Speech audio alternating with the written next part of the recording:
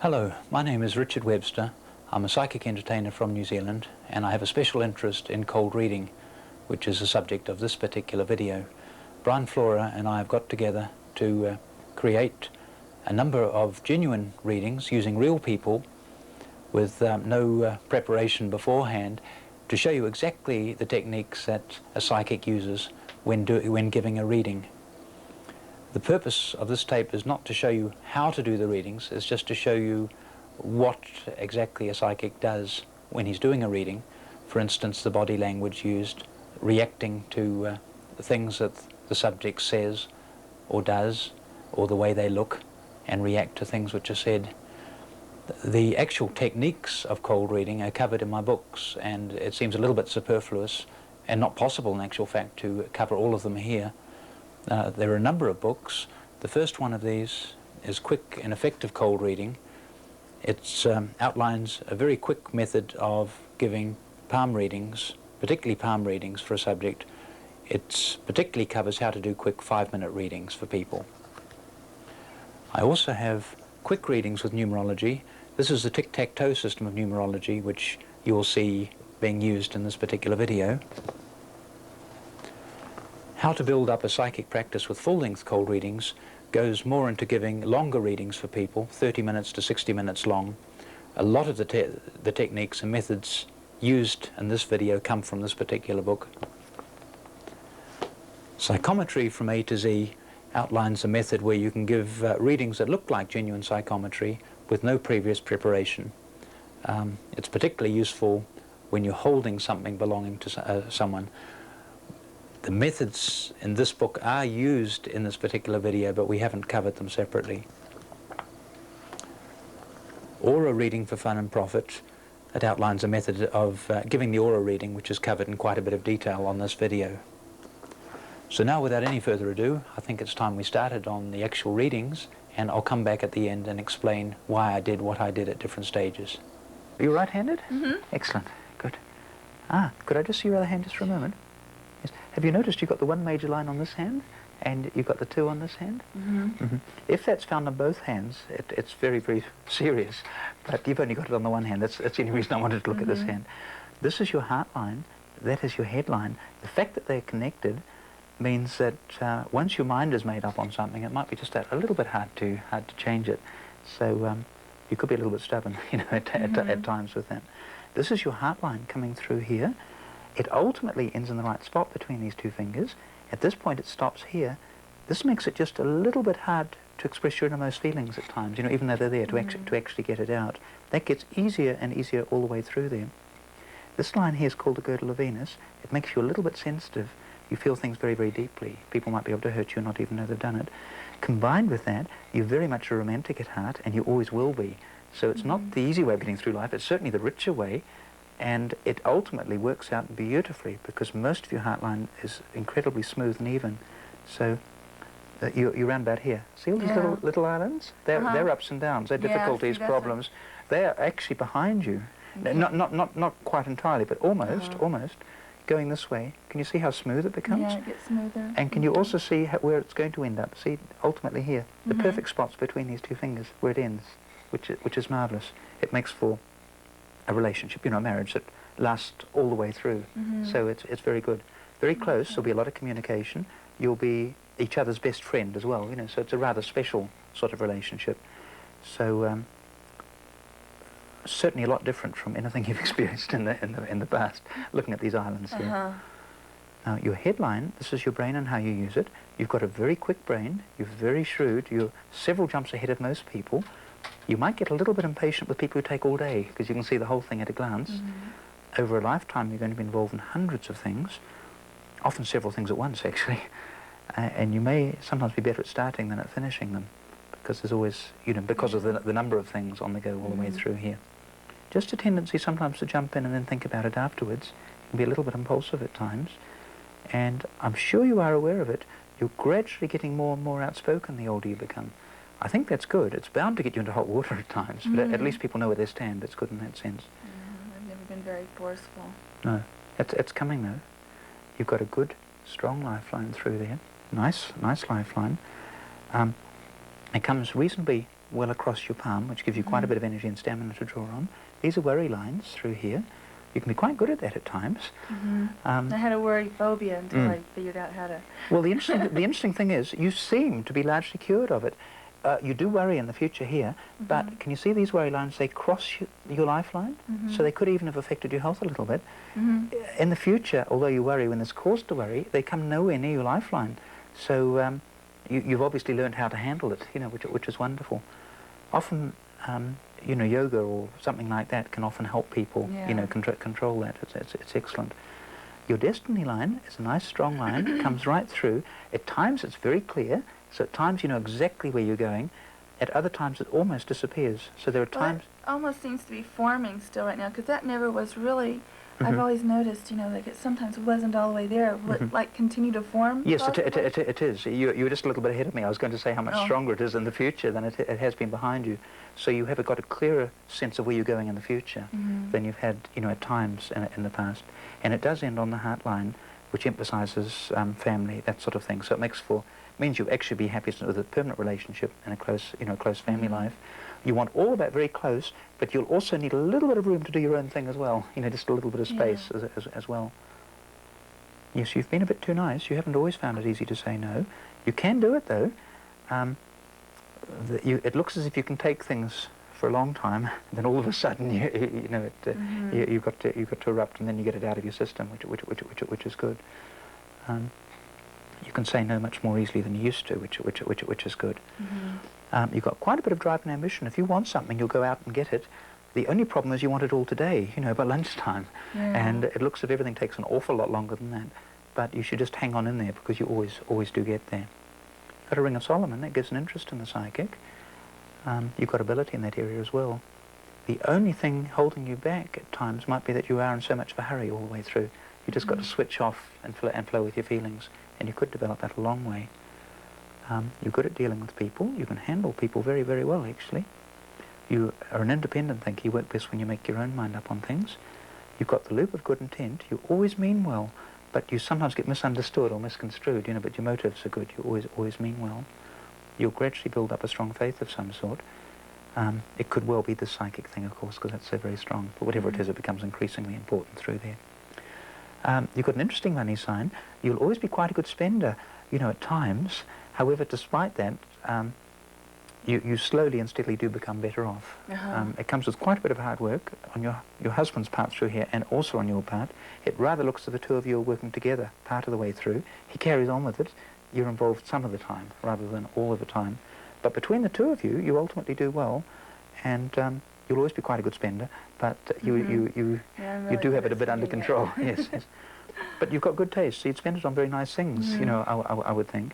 You actually would do very well in a field where you're dealing with something you find to be attractive, you know, in some sort of way. Because you can make money with beautiful things, as well as spend money on beautiful things. It's a two-way thing. Good health line. Travel at times. Some of that's done on the spur of the moment. Most people think about travel for months, if not years, you know. Looks if you wake up one morning and think, oh, I'll do it, and bang, you know, you do it. But you enjoy all the travel you do. You learn a great deal from it. Even very late in life, there still is travel. That relates to the fact that you're always going to be very, very young, you know, at heart. Strong loyalty line. You're loyal to family and friends, people who are close to you. You've got a family loop, family. So there's strong family ties here. So there must be children somewhere along the line. Now this shows a potential, you know, rather than the actuality. If you look in clear sunlight, you might find a dozen or 15 lines there. Don't be alarmed, because 100 years ago you would have had them. It's fortunate you're alive now rather than then. You've got two very strong lines. Can you see them there? So probably two children, but obviously you can have as many as the potential, you know, allows. But you know, with a good marriage, close family life, plus that little bit of room to do your own thing, particularly creative things through here, because your headline goes up to the creative area of your hand. You know, you're away. It's good. Best years of your life are actually late 40s and right through your 50s. I'm sorry it's such an awful long way away, but at least it's ahead of you, you know, rather than behind you. Really? Which is good. Now, I'll come on to the numbers now, because they're better for timing things. Okay. I love the way you read hands. Oh, thank you. It's really interesting. There are four main numbers in numerology. The first one's derived from your date of birth. What is your date of birth? 2/1/1959. 59. Oh, you're a Capricorn. No, Aquarian. Oh, you do it the other way around, of course. Yes. Yes, that's right. The way I do it is 1, 2. Yes, yes, Okay. of course. That's fine. 9, 10, 11, 12. 5 minus 6. Actually, I will change that round because later on I need to get the month and everything first. That's the day and that's the month. That's right. Yes, Okay. 1st of February. Fine. Okay. 9, 10, 16, 18. Your life path number, which is the most important number, is a 9. That's 40% of your makeup. It represents your purpose in life. 9 is the number of the humanitarian. It's very much a giving number. It means you'll be involved in helping people. You'll be concerned with people. Well, see, that works really good with my Aquarian. Yes, it does. I know a little bit about numerology. So Yes, no, it ties in perfectly. Actually, it's very, very, very much a humanitarian number, so it's good. The only problem with the 9 is that you will be forever giving, giving of yourself, and everyone wants to take, even if just occasionally, So it can be a difficult number. The part of learning how to say no has that's been exactly really right. hard for me. Particularly so in your case because of that. Yes, that's right. Now your expression is 30% of your makeup, and that's from your full name at birth. Okay. And how do you spell your first name? Okay, my first name is Lana, Lana. Fine. And Laurice, Laurie. Fine. That's unusual, isn't it? Yes. A little bit. And Wimberly, Wimberly. Fine. This entails a lot of math here. Yes, it does. Yes, it does. Yes. A is 1, B is 2, C is 3, and so on. Is that the way you do it? I've seen it done that way, and I've seen it done another way too. Yes, there's three main systems. Just a tad bit different off the 1, 2, 3. That's the Chaldean system. I'll put the vowels above, the consonants below. Y is sometimes a vowel, sometimes a consonant. In Kimberley, it acts as a vowel, so it's classed as one. But in Yoland, for instance, it would be classed as a consonant. Okay. So it's 3, 1, 5, 1, 3, 1, 3, 9, 9, 3, 5, 5, oops, 9, 4, 2, 5, 9, 3, and 7. So that's 2, 9, 12, 13, 18, 9, 14, 21, comes to a 3, 8, 12, 15, 5, 9, 10, 11, 20, 23. And then it comes to a 5. The expression is all of those. So that's 9, 12, 14, 22, 28, 29, 30, 1, 2, 33, which comes to a 6. I better just check then. 11, 14, 16, 24, 33, yes. This is your natural abilities. 6 is also a humanitarian number, but 6 is concerned with people who are close. 6 is the number of domestic life, home, family, all that sort of thing. And the 6's concerns is family, but in a fairly wide sense. Close friends are included as well. The 6 and the 9 are both creative numbers. It means you'll have a very strong aesthetic appreciation. You'll have good taste. You'll like nice things around you, and so on. The 6 and the 9 actually get on beautifully. Your soul urge are the vowels, and that's 20% of your makeup. It's your inner nature, and that's 9, 12, 14, which comes to a 5. 5 is a number of freedom and variety. It means you always need something exciting ahead of you, something to look forward to. Yeah. Some people say that the 5 is a number that never grows up, but it certainly keeps you very young at hand, as your hand certainly indicated. The 5 does not really get on with the 9. The 9 wants to be involved in caring and looking after everyone. The 5 wants to be off doing exciting things. So somehow you need to balance that. If you spend all your life looking after others, you're going to be very unsatisfied or dissatisfied because you won't be doing the exciting things. But if you spend all your life doing exciting things and ignoring your responsibilities here, you won't be satisfied either. So somehow you need to harmonize them. Yeah, so that's what I've been trying to do in Albuquerque. It's really funny because right now there's an urge in me to move. There's an urge to go do something That's the different. 5. The 5 wants freedom. This other part of me likes Albuquerque so much, and it wants to stay here. It wants to start building something here and start learning. I've been doing a lot of spiritual growth here. Yes, that's wonderful. And another part of me says, "Oh, go move. You can still grow somewhere else. Find someplace new." You'd always grow anywhere, but you actually do need to curb that a little bit. The 5 can be a rolling stone. Yeah. And you can end up at the end of your life, with you gathered no moss at all.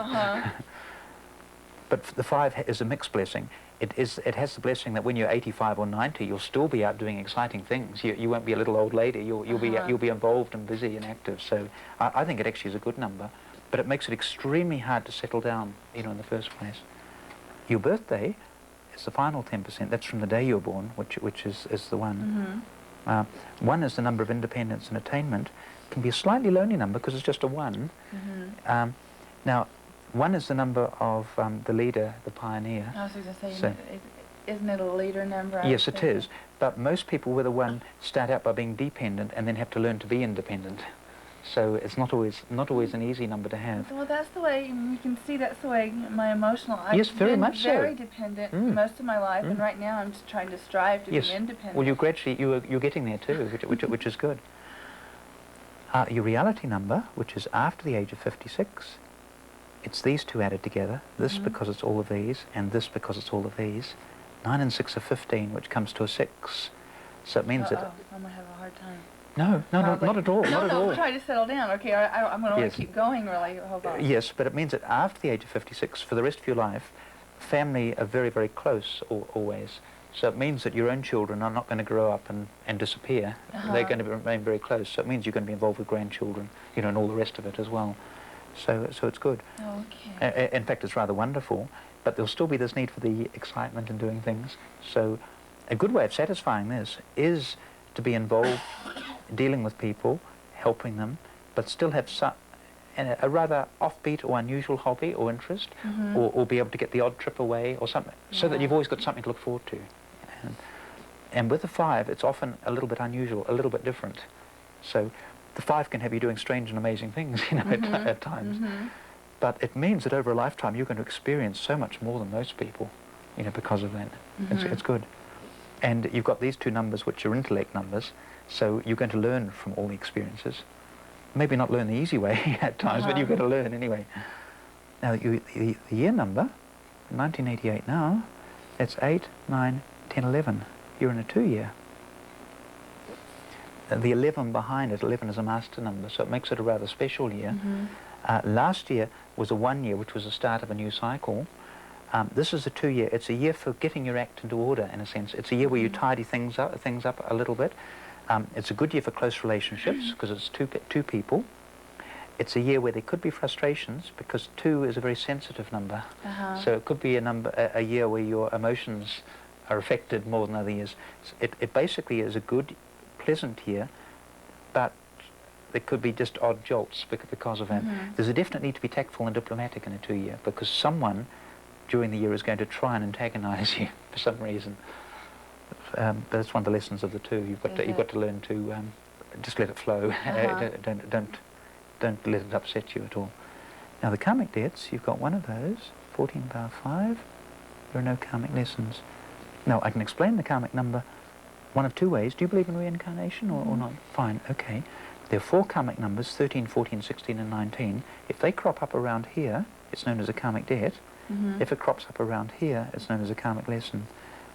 The 5 is the number of freedom and variety, so it means that last time round you misused that. You probably overindulged in everything. You probably had a great time, but this time round you need to use your time wisely.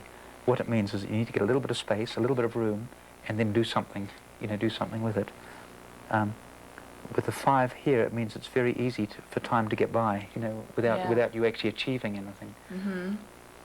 So you need to just get a bit of space, a bit of room, and do it. Irresponsible, maybe. Is that because I'm still... Yes, but because this is the thing you've got to learn.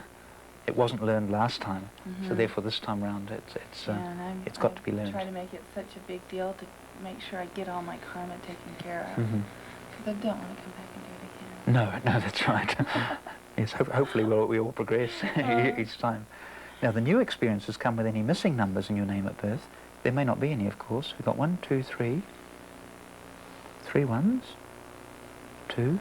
No, these karmic lessons? No. 1, 2.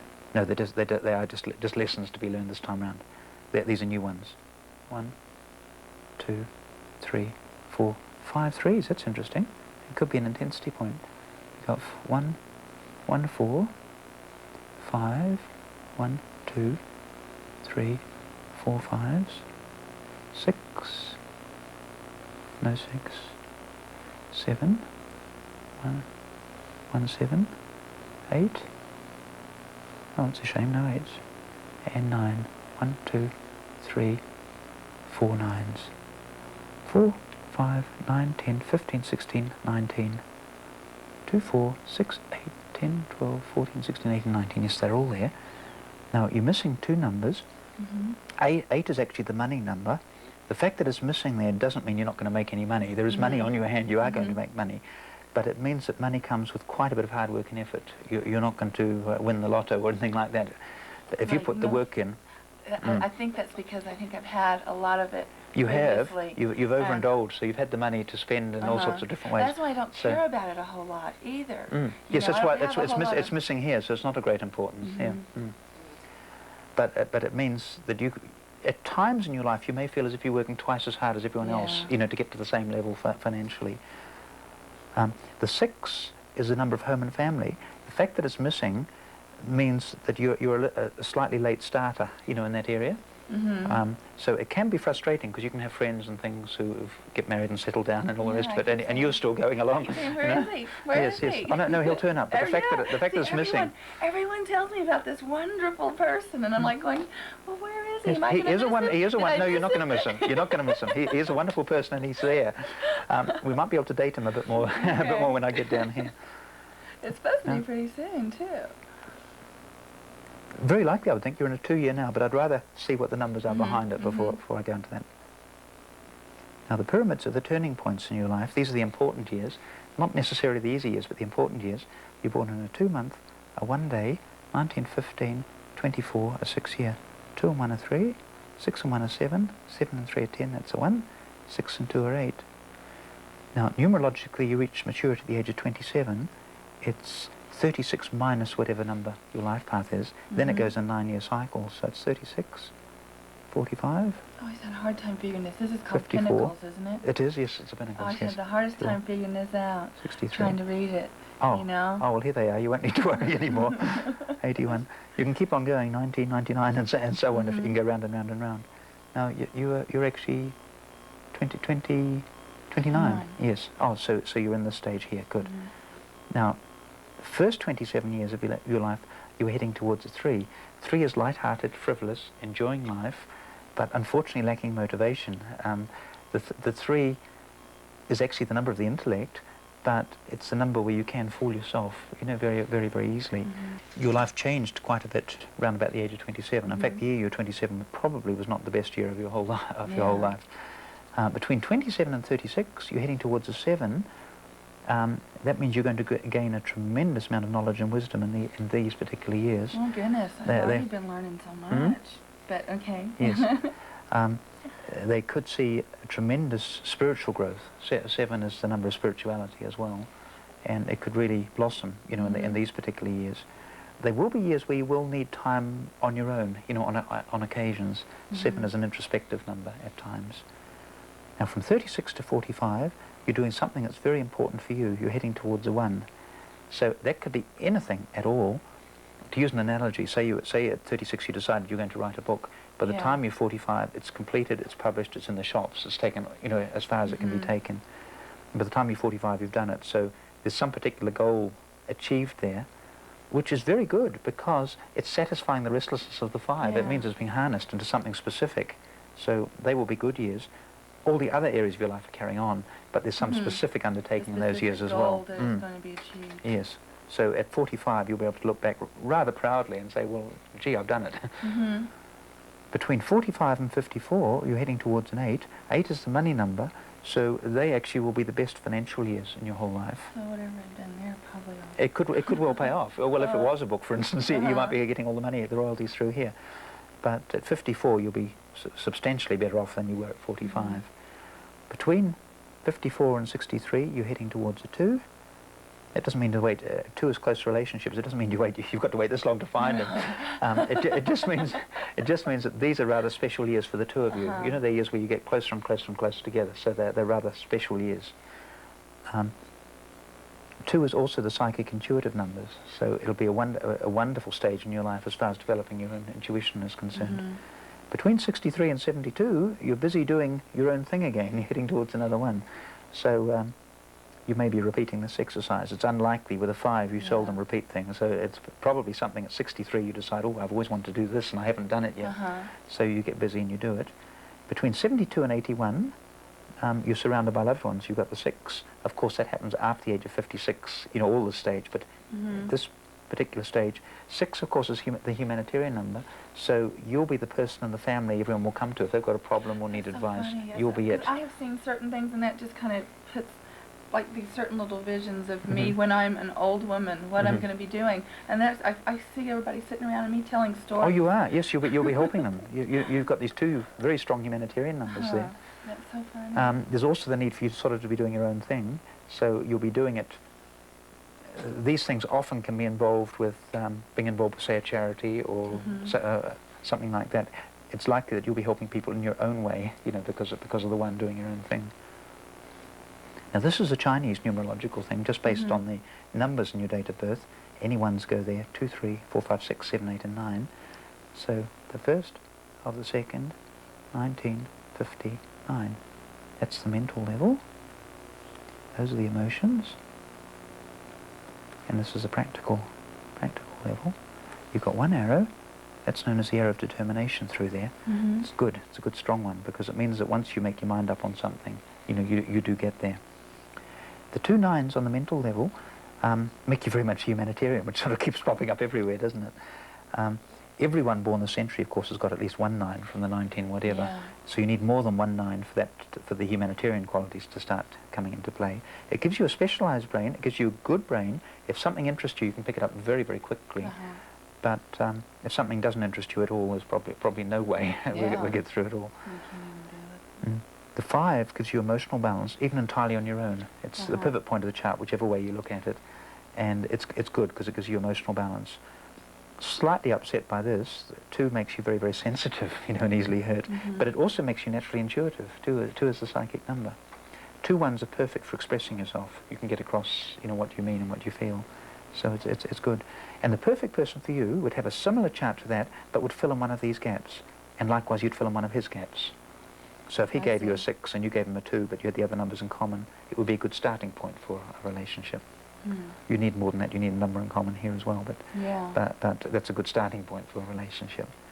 The challenges are the obstacles in your life where you're likely to come a cropper. You know, if you're going to, you're born in the 2nd month, a 1 day, 19, 15, 24, a 6 year. This is the only time where you subtract. 2 minus 1 is 1, 6 minus 1 is 5, 5 minus 1 is 4. 4 is the number of hard work. It means that you have to work hard for what you get. It means if you try and take shortcuts, you're going to come a cropper. You know, so with this and no 8 there, you should definitely stay away from get-rich-quick schemes or anything like that. But if you put the work in, you'll achieve as much as anyone. But it means you're not the sort of person who becomes an overnight success. You'll get there slowly but steadily.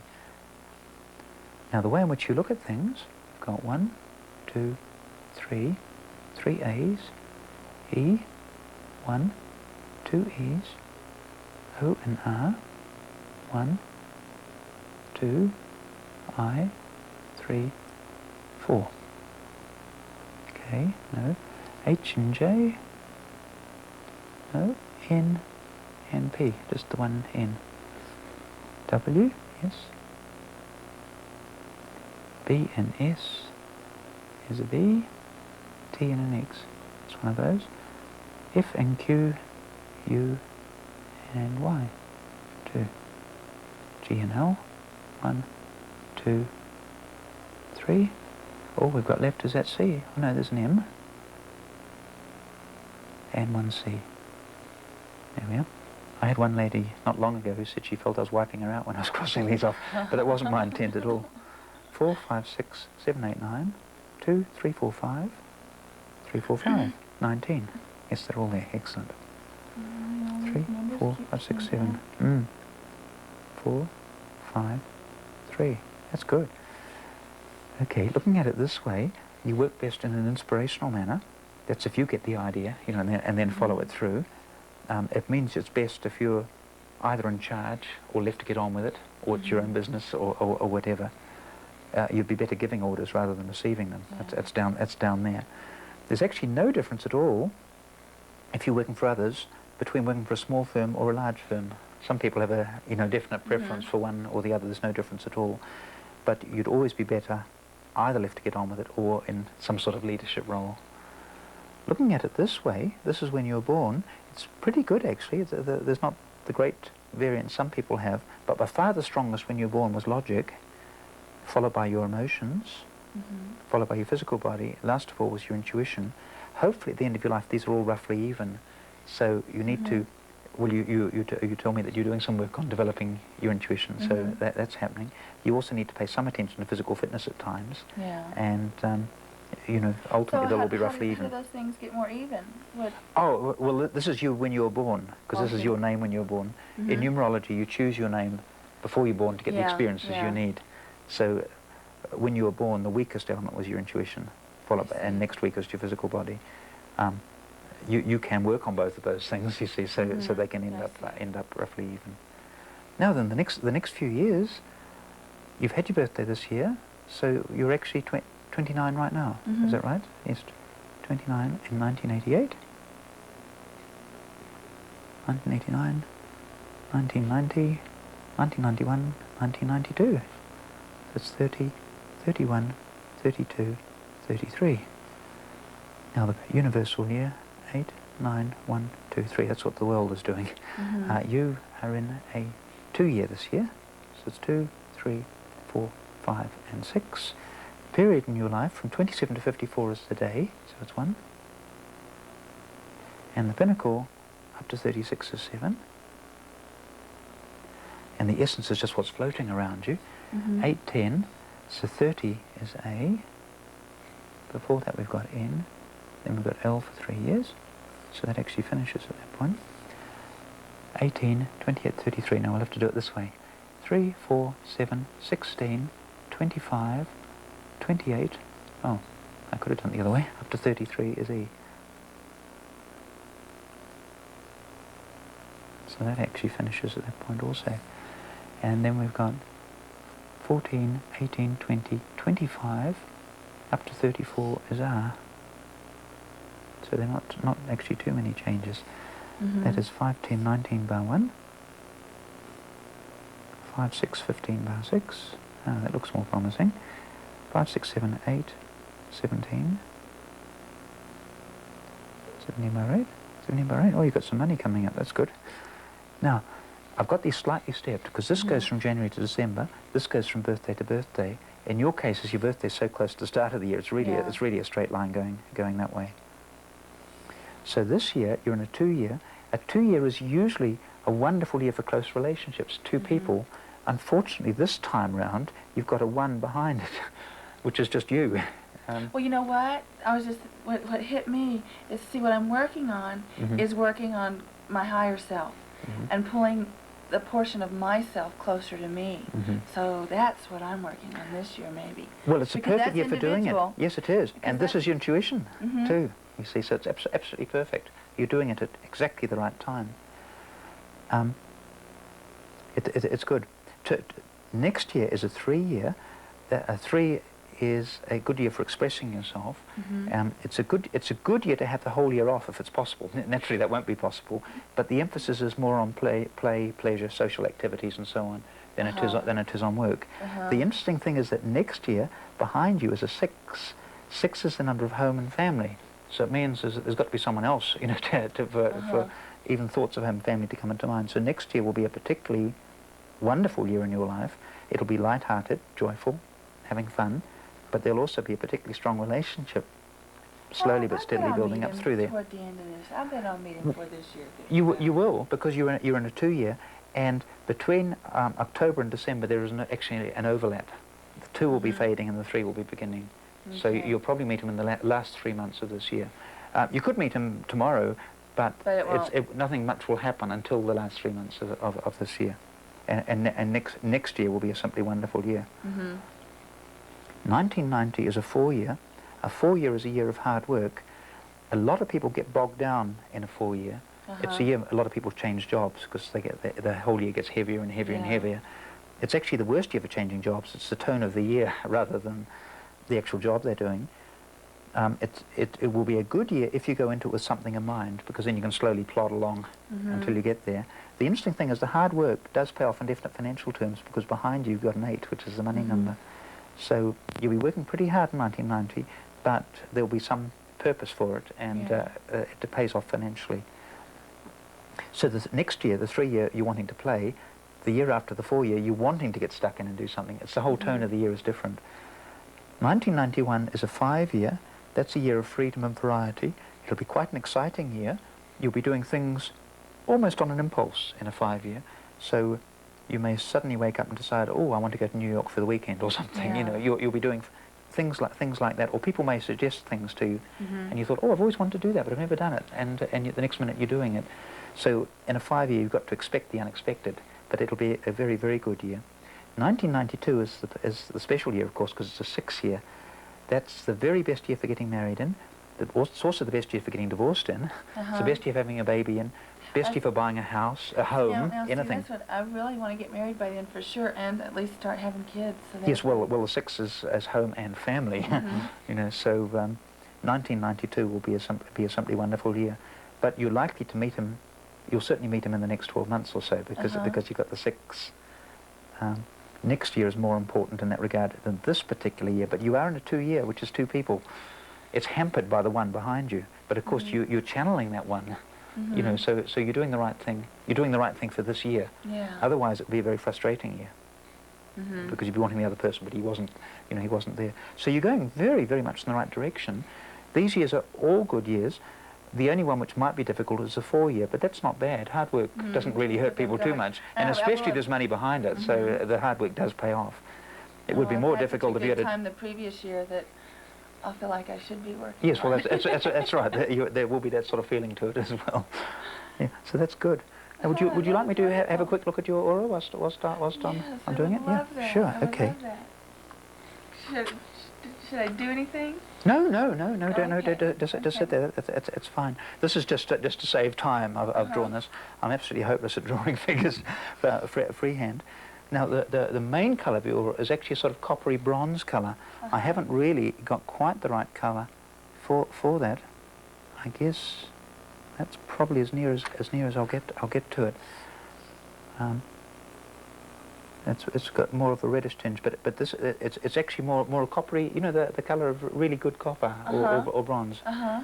It's a very, very nice colour. And the interesting thing is, it fits in so very well with you being both a 9 and an Aquarian, because it's a healing, caring, humanitarian colour. So it's not at all surprising that you do have it here. Now, I'm drawing this right next to this, but if you know something about the aura, you may have heard of the etheric double, which is only about 1/4 of an inch, but it's clear. It's moving and it's alive, but there's no real colour.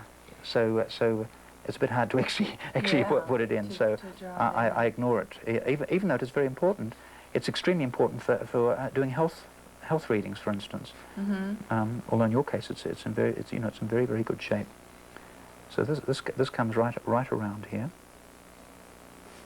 There we are. It's actually much more visible around the head. When I was a boy, I went to a church school, and we used to have to go to chapel every Thursday, and it used to fascinate me that the man who played the organ, he had the most magnificent aura around his head when he was playing the organ, and no one else in the chapel I could see it at all. And the funny thing, as a child, I never thought it strange. I know. You know, I just took it completely for granted that he had an aura and no one else did. And it was obviously the music, you see. When he played, he obviously got himself completely lost, and it was simply superb. It was beautiful. And the minister, of course, would be the one you'd expect to have the aura, never had one at all. No. So I don't know if you see auras yourself, but you can train yourself to see auras. I'm gonna work on that. Oh, good. Just the base colour coming help through. People learn how to? Yes, I do. Yes. And in fact, we're having an evening here in a few nights. I can't remember where it is. I'll find out for you after. Okay. And I'll be talking about how you can do it. Hopefully, you won't be working that particular evening. That's that. Now, the next colour is indigo, which is this one. Do you know indigo? Yes. It's a colour which flummoxes most people, because it's sort of blue with a spot of red in, or almost. It's a particularly lovely colour. I like it very much. again, it's very much a humanitarian colour as well. It's a very much a healing colour, and it's a colour that shows great concern for others. It's a creative colour, but it is very much a family colour. So you are meant to be a wife and a mother. You know, your destiny is very much, you know, in that area. Even though the 5 here means that you've got this restless side to your nature as well. So not actually that easy to satisfy. But it is there nonetheless. This is like a big cocoon, you know, around you. The most important colour, of course, is the copper bronze, but this one extends over a much wider area. Through here. Now that copper bronze, could it like turn into almost a gold? Oh yes, definitely. As you evolve spiritually, yes, it will. And you know, you may be familiar with the works of early artists, where the saints, you know, they always had a gold halo, which I'm sure gold is the master colour. You know, it denotes a highly evolved soul. And so what each colour does, it goes to the spectrum, you know, because if you have, you know, you have a pink or a rose or a red, it can go into that other, and that's what I was thinking, if that could turn into a... Yes, very much so. Yes. It's very easy to tell how evolved a person is by looking at the quality of the colour. You know, so it's absolutely fascinating. Yes, and the other major colour coming through is actually blue. Blue, of course, relates to blue water, blue sky. It gives the restlessness which is shown in your hand. Oh well, actually, it also showed here, didn't it? Yes, with that. But blue loves excitement. You can see it particularly through here. So blue is quite a strong component, you know, through here, particularly around the head here. There we are.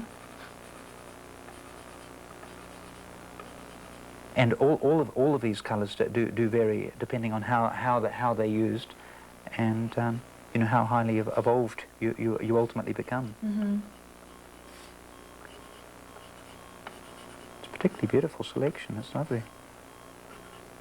Now there's also a little bit of red there.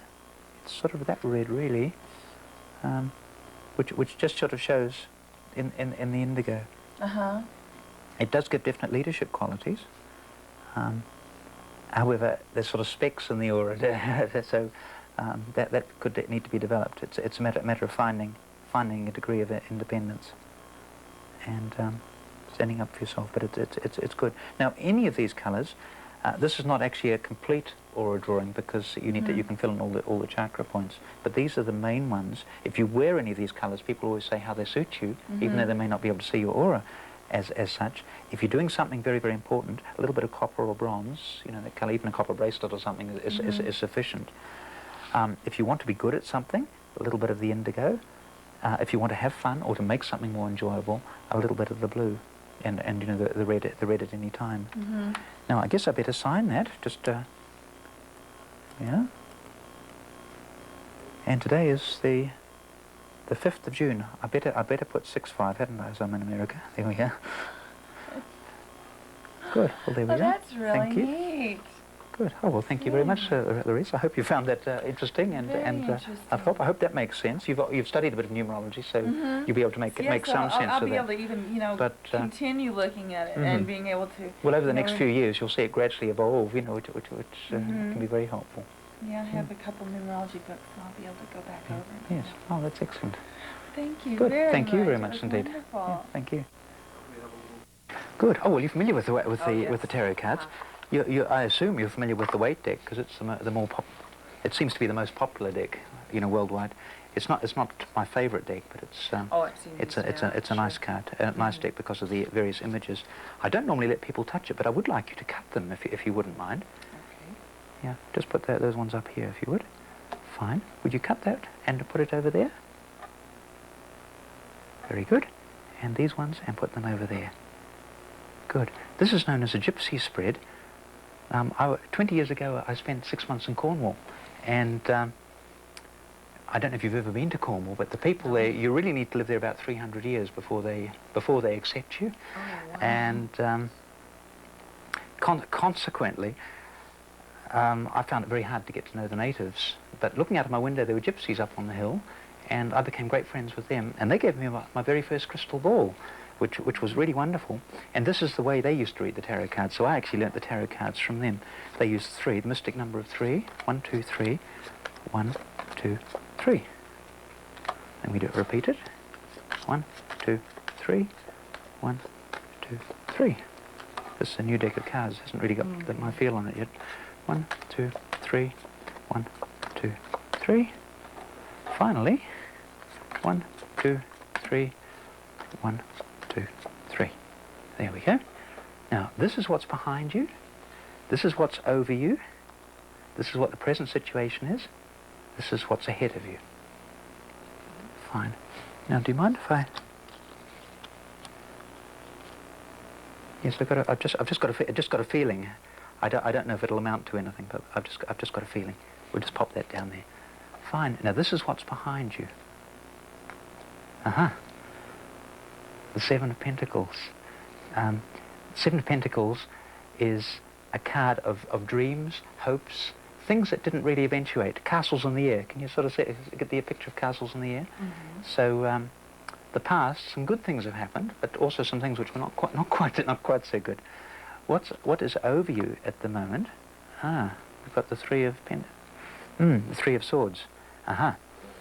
3 is normally a very positive number, but unfortunately, the 3 of Swords means that things are not as good as they could be. You know, just at the moment. It very often relates to the person's emotional life, not always, but things are not actually perfect in that particular area of your life at the moment.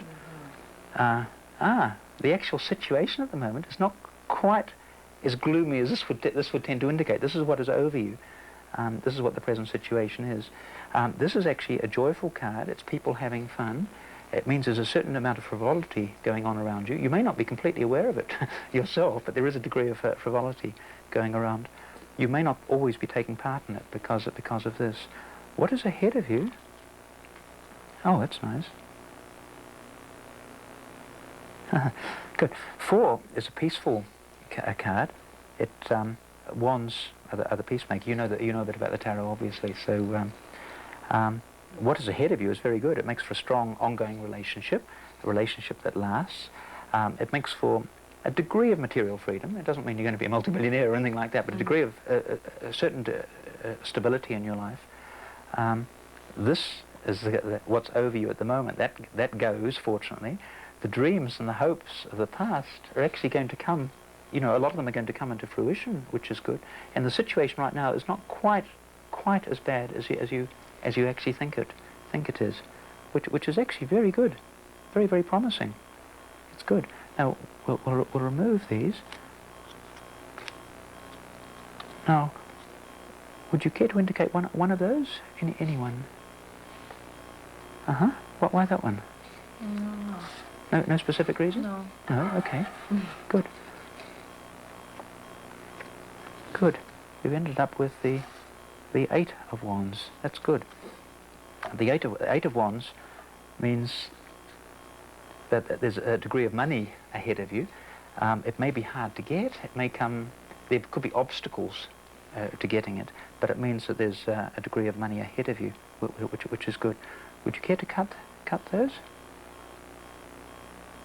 Yep. Good. And what do we have here? Ace of Wands. Oh, excellent. Ace of Wands is the card of new starts. It's the prime card in the Gypsy spread. It's the most important card. The Ace of Wands means that you're ready to go. It really means that in some ways your life is sort of beginning now, rather than when it did. It means there have been definite changes in outlook, but it means that your life really is ready to go. So that's really excellent. It's good that you've ended up with the Ace of Wands. So I think that's marvellous. And I'd like you to have my card, and funnily enough, I got a feeling of the Ace of Wands, which is rather interesting. But I hope that's been of some help for you. That's great. Yes. That was a very, very interesting spread of cards there. It was. Yeah. Unfortunately, I live 8,000 miles away, but if you ever need another tarot card reading, just come out and see me. Okay, I'll do that. Good. Great. Oh, thank you very much indeed, Ian. Thank you. Hello. The full-length reading you have just seen is very similar to the type of reading I would do in a private situation. that particular reading on the video lasted about 40 minutes. It could take as long as an hour, depending on how much the person volunteers themselves. Many readings become actually a two-way conversation rather than the psychic doing all of the work. I think we've covered most of the things necessary, but we made notes as we went through to clarify a few other areas. For instance, why do I hold the person's hand up in the air rather than resting it on a table? I do this purely because it gives me a little bit more contact with the person. I get reactions. For instance, their hand might tend to move away from me or towards me, depending if I'm hitting or not. I think it's also a little bit more personal, and that really is the reason why I keep my hand moving all the time when I'm doing a palm reading. I did it originally because I thought it might give the impression that I was gaining feelings as I was going along. It's simply become a habit now, but I think people do like it. It looks as if I really am doing something. And as you heard on the video, the girl said that she really liked the way I did read palms. So obviously she's never had a palm reading quite the way I do it, but it's just purely a habit on my part now. The physical setup of a reading, I like to be on the same side of a desk as the person I'm reading for, rather than have a desk acting as a barrier between. I always try and relax the person a little bit first. I don't necessarily go straight into the reading until they are a little bit relaxed. I think sitting on the same side of the desk as them breaks down a few inhibitions, makes me a more friendly sort of person, perhaps more open. It also lets me see how they're sitting, so I can empathize, do the same sort of things that they're doing, which are all important when you are giving a reading. I always try to be encouraging with all my readings. The idea, after all, is to send the person away with a little bit of hope, that they're confident that they can carry on in the future. Because some people who come for a private reading have got really terrible problems. You'll be amazed once you start doing it at the situations you will come across. And you've got to send them away. I think you've got a definite duty and responsibility to send them away feeling encouraged and able to handle anything that comes their way. It's not just me who says this. All the classic books on cold reading say the same thing. Herb Dewey and Tom Saville's book says it. The William Larson books all say it. All the books say it. But a lot of the shut-eye readers do seem to dwell a lot on doom and gloom. I think it's very important to concentrate on the positive sides, no matter what the person's present situation is like. When I am doing a private reading at home, I normally start by doing a palm print of the hand. This is a palm print here. I just simply cover it with ink, cover their palms with ink, and take impressions. I then read partly from this. And I keep this at the end of the reading, and once the person's gone, I make a few notes at the bottom, so that if they contact me again, I can pull this out, and I instantly know a little bit about them from last time. Nowadays, I actually record quite a bit of information on a database on my computer, so that I've got instant access to my records without having to find it. The reason I use the palm print is partly because it takes a little bit more time, and as my friend Charles Lambert says, it does look almost scientific. He actually made the comment about the numerology worksheet I use, but I think the palmistry thing does look almost scientific as well. With this video, we're including a copy of the numerology blank and also a copy of the aura blank. I should explain that with the auras, the colours come directly from the numbers in the numerology, just following the rainbow through. 1 is red, 2 is orange, 3 is yellow, 4 is green, 5 is blue, 6 is indigo, 7 is violet, and then we go on. 8 is pink, 9 is bronze, 11 is silver, and 22 is gold. It's simple, basic numerology, but turned into colours.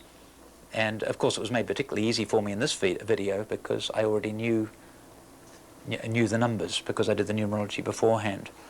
With a quick aura reading, I would do what you saw on the video. I can spend as much as 60 minutes on an aura reading, and in those situations I fill in all the chakra points. That takes far too long to cover in a video of this length, but it is covered in my book on the subject. I should point out on the numerology worksheet there is one line here which wasn't used. This I use when the person changes their name, which is usually through marriage. I work out the numbers using the name at birth, as I regard that as being the most important. Any name change come here and can affect the outcome over here. Again, this is outlined in How to Build Up a Psychic Practice with Full-Length Cold Readings. It wasn't necessary because the lady I was reading to was single. I also did a tarot card reading. It was a very quick, brief reading. I called it a gypsy spread because of the patter I used in the video. The actual spread was devised by Tony Raven and appeared in a Magic about 12 years ago. I've made extensive use of it ever since, and all the cards in the reading are forced. So you can set up whatever cards you like, and you already know the past, present and future of the person before you even start. With this particular reading, I used one of my forcing tarot decks, and that was how I was able to make the prediction beforehand. With these decks, half the deck is an ordinary tarot deck, but the bottom half is all the same card repeated all the way through. So with the reading, when I finished the reading, I asked her to pick out any pile she liked, and it made no difference which pile she chose, because once she cut it, she ended up on a force card, and that was how I made that little prediction at the end. And as you saw, she was very, very happy with the result. I do readings with all sorts of other things. I use rune stones at times. I've even done the Carol Fox thing where the person puts their hand in a small container of sand, which you claim comes from the sands of Egypt, and as you wipe them away, you give them a reading. That gives a rather interesting approach to a reading, but it's a little bit messy to be practical, I think. But I've used all sorts of different methods of readings. I do quite a few astrology readings, but I do those purely by mail order. The mathematics involved in astrology is too complicated. I think palmistry, numerology, the tarot, rune stones are the easiest ones of all to use. The nice thing is you can master them very quickly with a little bit of cold reading knowledge plus a little bit of rudimentary knowledge of the subjects. You do have to know a little bit about the subjects because you're going to get people who know a little bit about tarot cards, know a few of the lines of the hand, and there seem to be an increasing number of people who know a little bit about numerology as well. Fortunately, I've been involved in these subjects for many years, and I've gradually learned and picked up information as I've gone along. I think that's covered all the points I wanted to make. If any of you after seeing this still have problems, please feel free to write to me and I'll try and answer any problems you do have. The purpose of the tape was not to show you exactly how to do them, but to show you how I do them so that you can get an insight into how a psychic actually works with real live people in a reading type situation. Thank you all very much indeed. Bye-bye.